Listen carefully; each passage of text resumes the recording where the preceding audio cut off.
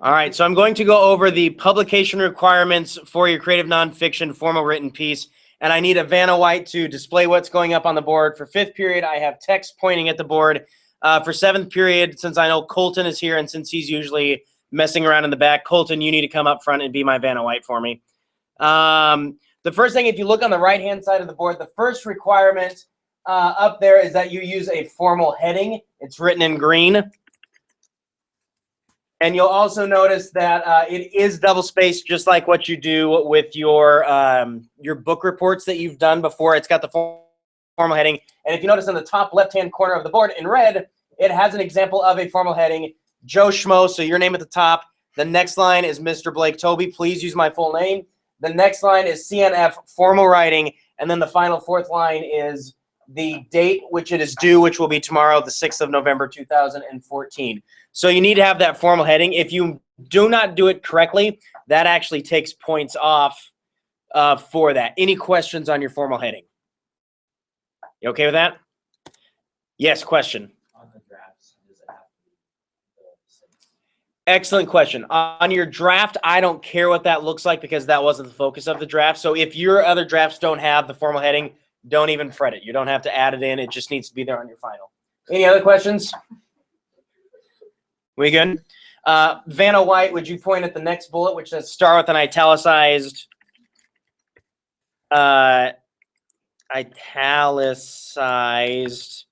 author's note? It's the second green bullet. There we go. Very good. Colton, hopefully you're not having this much trouble. This is just like your blogs that you've done during the Tuesdays with Maury section, where you start with the italicized author note and you're writing specific things for the readers. You only need to give me 3 things for this one. The first one is, what truth did you learn? And the nice thing is that if you did Writer's Workshop number 1 the way you were supposed to, you're being awkward, Tex. If you did Writer's Workshop 1 the way you're supposed to, you already have your truth written out in a full sentence the way it's supposed to be. So you're just copying straight from Writer's Workshop number 1. Tex, what is the second thing you need? Why it's significant and universal? That? Yes. Okay. Again, this comes straight back from Writer's Workshop number 1. You answer these questions and you should have written them down. But in 1 sentence or 2, you need to explain to the reader why this is a good truth and topic to be writing about. Because again, if you pick something silly like how to tie your shoes and that's important for life, that's really not significant or universal. So let your reader know why this would apply to them. And then text the final thing you need. The style and structure used. And again, this comes from Writer's Workshop number 2. The thing about the style and structure is that I noticed as I looked over a few people's shoulders on some of the different workshops, some of you wrote 2 different styles. Like it's a little bit chronological narrative and it's a little bit dipping narrative. You can't do more than 1. You can only do 1. So if you've given yourself like, well, I'm kind of doing both, you're going to get downgraded for it. Another issue that I've seen is I've looked at a handful of your essays and I've noticed some of you said, oh, I'm doing a dipping narrative, which is part story, part essay explanation, part story, part essay explanation, but in no point do they actually tell any stories. It's just a full essay. So when I grade on that rubric based on your structure, I grade based on what you tell me. So if you say you've written an essay, but you've written a narrative, that's going to seriously affect your grade. So please double check that the structure you've written in and the structure you're choosing actually fits the style. Are there any questions about the author's note or any of that structure piece? Yes, sir. Isn't there a narrative slash essay? That's dipping. Yeah, good question. Any other questions? Okay, the final third bullet text. Double spaced in 12-point font of your choice, must be very, with an underline under it, legible. Thank you. I underline. No problem. A lot of you have asked me, what are the page requirements for this? There are no page requirements. I don't care if it's 2 pages, 12 pages, 1,000 pages. The whole point is that you're getting your truth across to the reader in a way that makes sense. And also, it's long enough that you can show me you know how to do dialogue and quotations, you know how to do action, you know how to write with the 5 senses. That's what I'm looking for, and that's what I'm grading on. So again, I don't care what font you use. I want you to pick a font that you feel reflects the content of your story. So if you're writing something that's very personal, very emotional, maybe you find something that's a little more handwritten. If you're expressing something that's more factual, more essay-based, maybe you pick something that looks more like newspaper font. That's fine. The only requirement is that if you pick this really loopy cursive crap that is very hard to read, I'm probably just going to, I don't know, blow my nose on it and give it back to you and say, can you give me a new font? Because I don't want to take the time to do that. So any questions on that? Okay, so the basic thing is all these graded publishing requirements, if you blow it on this, that'll take points away from your overall essay. Now we're looking at the creative publishing options. These do not affect your grade. Do these affect your grade? Yes. No, they do not. I'm going to punch you in the face. Text. What is the first optional graded, or excuse me, first optional creative piece? Images that would enhance writing encouraged, though not required. And again, Vanna White, please point these out.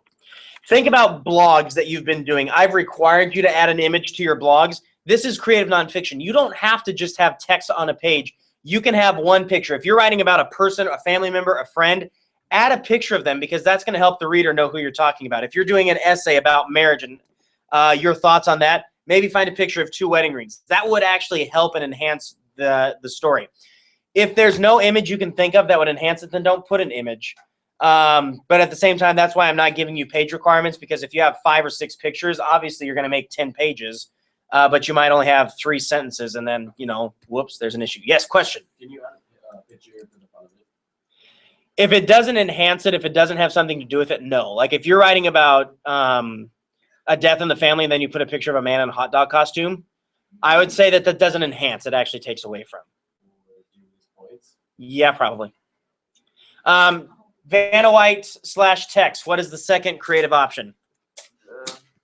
Suitable quotes that enhance writing are encouraged, not required. I can't type. Think back to when we were reading Tuesdays with Maury. At the end of most,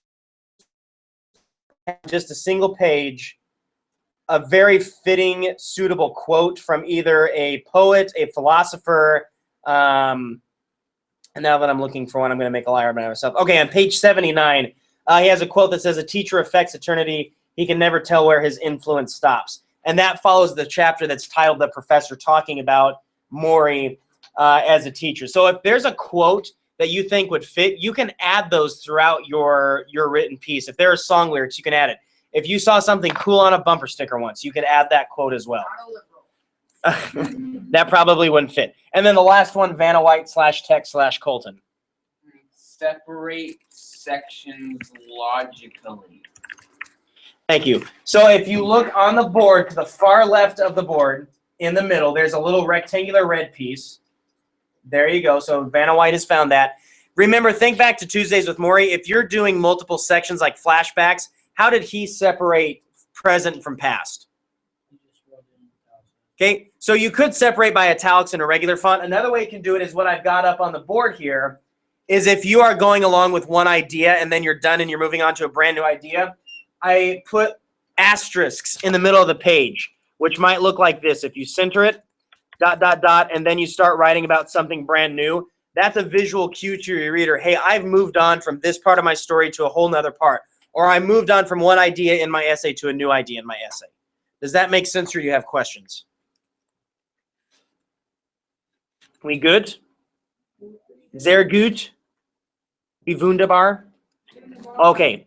The due date is the 6th of November, which is when? By 4 p.m. So you have the entire day. You have all the class period tomorrow to get drafts done, workshops you might be missing, A&P you can do tomorrow, before school, after school. And then I know there have been a handful of you that have been ill or out for 1 or more days.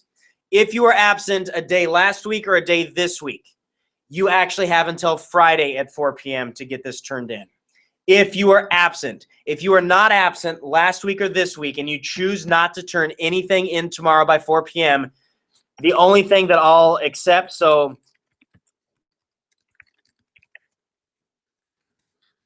the only thing I'll accept if you weren't absent and you don't get things turned in, I'll only accept your final draft. which means you're missing out on 4 workshops and you're missing out on 3 drafts. So the best you can get is a 25%. Here's the deal. And that goes for those of you who are absent and you're turning it in on Friday. If you don't turn it in Friday by 4 p.m., I'll only accept your final draft. But keep this in mind. If you've got drafts, Writer's Workshop 1, Draft 1, Writer's Workshop 2, Draft 2, if you've got all that done, and you're like, well, I don't want to turn it in until I get it all finished. If you get those 4 pieces and your final draft in, yes, your grade will be bad, but it won't be nearly as bad as a 25%. You know what I'm saying? So by the deadline, turn in everything you've got done regardless. Otherwise, I'm only accepting your final draft. Are there any questions overall? Okay. So this, yes, question. Okay, so wait, what if you were absent but like you weren't sick, like this first school activity? I'll still accept that on Friday. Okay. Good question. Any other major questions for the good of the cause? Okay. For 5th period, you don't need to listen to this. This is strictly for my 7th period class. Right now, if you are doing Writer's Workshop number 4, the circle editing, get yourselves together in a big circle, do those edits, give yourselves 5 minutes to do each step, give the author back their paper, and then move on. Those who are not doing Writer's Workshop number 4, grab a computer, grab your workshops, work on those, and then the rest of the time is yours to work today. This is for 5th and 7th period.